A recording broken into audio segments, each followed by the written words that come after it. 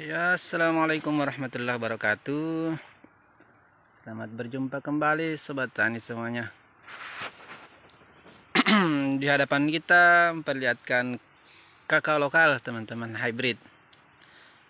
Ini kami tanam tanpa disambung teman-teman. Jadi kebetulan ini berada di area batas akhir kebun kami. Di sini masih terlihat hutan, ini bekas sungai teman-teman. Jadi ini adalah klon lokal, dimana video kami yang trending justru teman-teman banyak yang melihat tentang kakao lokal, baik itu taraf budidaya tanaman kakao lokal itu sendiri atau bahkan metode pemangkasan dan yang lain-lain. Ada yang meminta dispilkan bagaimana perkembangan tanaman kakao lokalnya. Jadi kami juga bisa spilkan sedikit. Ini klon Sulawesi 2 TBR25 kami sandingkan. Di sini multi klon, ada klon MCC02, klon BB, ada klon Sulawesi 1, Sulawesi 2, dan ini adalah klon lokal yang kami tanam dari biji. Di awal mungkin yang perlu saya berikan informasi kepada teman-teman mengenai klon lokal yang kita tanam dari biji, bahkan dari klon unggulan seperti S2 atau MCC02, bila kita tanam dari biji itu akan seperti apa. Kita lihat lebih dekat dari struktur. Ya, seperti biasanya kakao yang kita tanam dari biji itu, biasanya kita tidak melakukan proses tahapan pembentukan di awal, semua batang akan bentuk seperti ini hingga akhirnya membentuk jorget sendiri. Jadi seperti ini.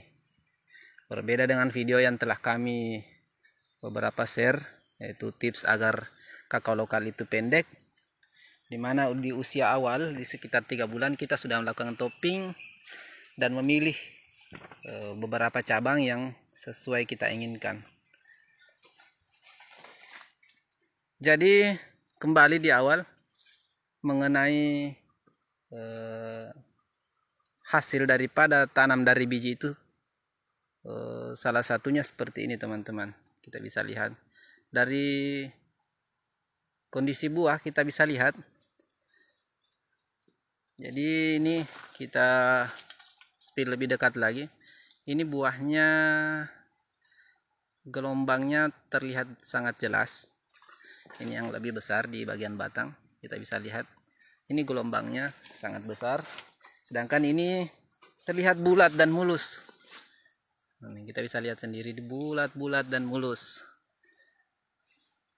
Nah, padahal ini teman-teman sumber bijinya itu dari satu buah. Nah, kok bisa seperti ini? Ya, itulah resiko dampak dari penanaman biji, karena hasilnya itu merupakan persilangan dari beberapa klon yang bisa terjadi di area sekitar tanaman kita. Jadi tidak menutup kemungkinan mungkin buah induknya seperti ini atau seperti ini. Hasil pada saat penanaman ulang dari biji itu muncul bervariasi seperti ini. Tidak menutup kemungkinan bahwasanya buah yang kita ambil bijinya itu sumbernya dari klon unggulan seperti S2 atau MCC02. Buahnya bisa berubah warna menjadi hijau. Jadi itu tidak menutup kemungkinan teman-teman, karena memang terjadi persilangan di area kita, apalagi konsepnya multi klon. Ya, bisa saja terjadi perubahan seperti itu. Itulah kenapa model klon lokal itu kami tidak terlalu sarankan, karena seperti itu. Bisa saja hasilnya itu bisa lebih baik daripada induknya, bisa sama dengan induknya atau bahkan lebih buruk daripada indukannya.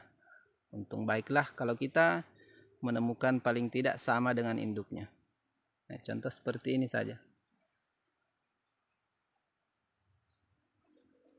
Untuk kondisi buah, masya Allah, luar biasa. Ciri khas daripada klon lokal itu sendiri ya seperti ini teman-teman. Kita sering menjumpai buah pada batang tanaman kakao kita. Jadi klon lokal ini mungkin sesuai dengan keinginan kita sebagai petaninya.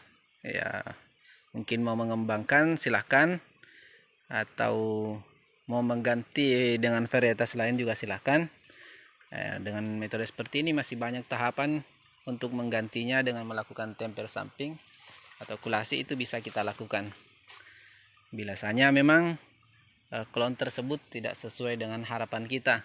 Namun biasanya tumbuhnya dan berbuah lebat serta menurut kita sudah layak untuk kita kembangkan. Paling tidak tanaman itu tumbuh sehat dan subur serta tahan terhadap hama penyakit.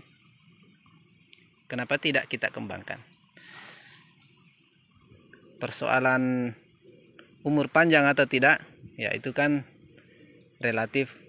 Bisa saja dari metode pemangkasan atau metode perawatan yang kita lakukan. Oke teman-teman, itu sedikit informasi kami mengenai klon lokal ini. Mudah-mudahan bermanfaat. Terima kasih telah melihat video kami. Assalamualaikum warahmatullahi wabarakatuh.